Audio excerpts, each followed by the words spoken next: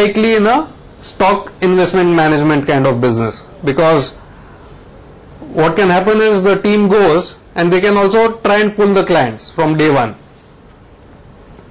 Here, if the team moves, they can't pull the assets because assets are locked in for 7 years. That is one disadvantage that the employees would have. Secondly, employees are already owning 10% of the company. They have a lot of stock options with the company and they have been rewarded handsomely over the years. So chances of them leaving are remote, but you should keep this in mind. They have stuck around for more than 15 years. Possibility is that they would stick around even in the future. The other risks are competition, and if they were to do badly in a few funds over many years, then they would lose a goodwill and things like that. Those are the kind of risks any business would have.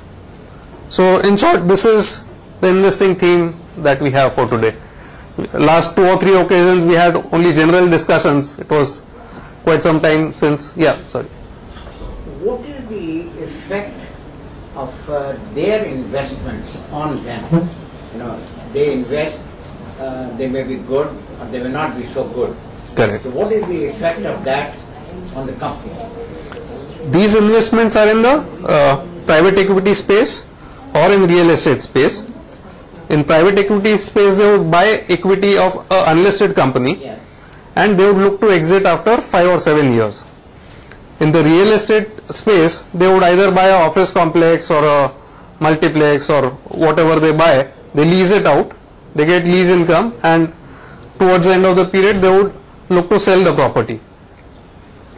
So here, the fees that they get are on the original investment, not on the current market value. What about the success of that? The office, if they are unable to lease, or it is not bringing what it was expected to, or they where they have invested the private equity, and that company, since it's unlisted, I mean, it doesn't take off. So what is the effect of that on the company? For 7 years, there is no effect on them.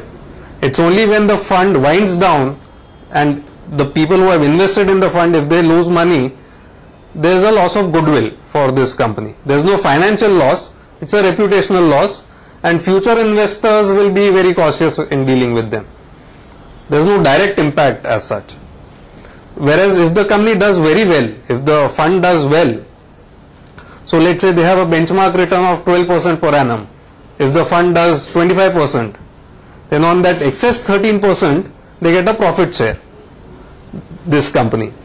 In addition to the 2% per annum fee that they make, they also get a profit share on the beyond the hurdle rate. So that is a kicker in the future years.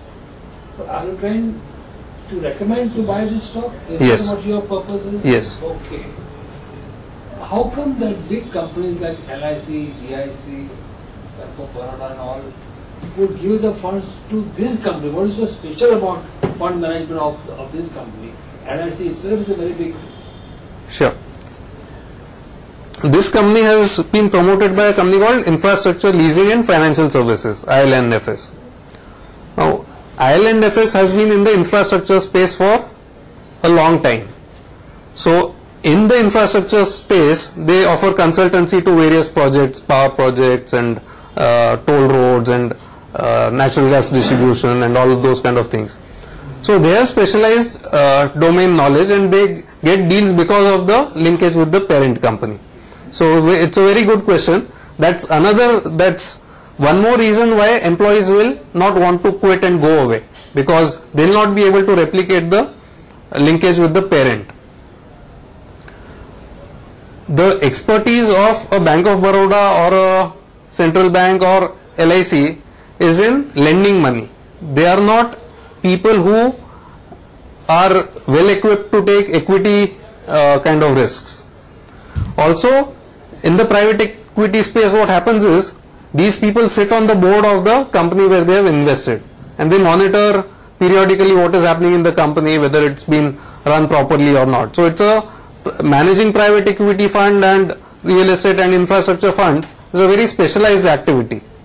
Everybody cannot enter that space, and none of the large institutions have the expertise to run that kind of a business. Another thing I forgot to mention over here, you would have seen an article in the papers a few days back. Axis Bank is looking to hive off its private equity arm, and this company was mentioned as one of the potential acquirers. So if that were to happen, then you could see the size of assets under management and fees going up in that sense. What is their price?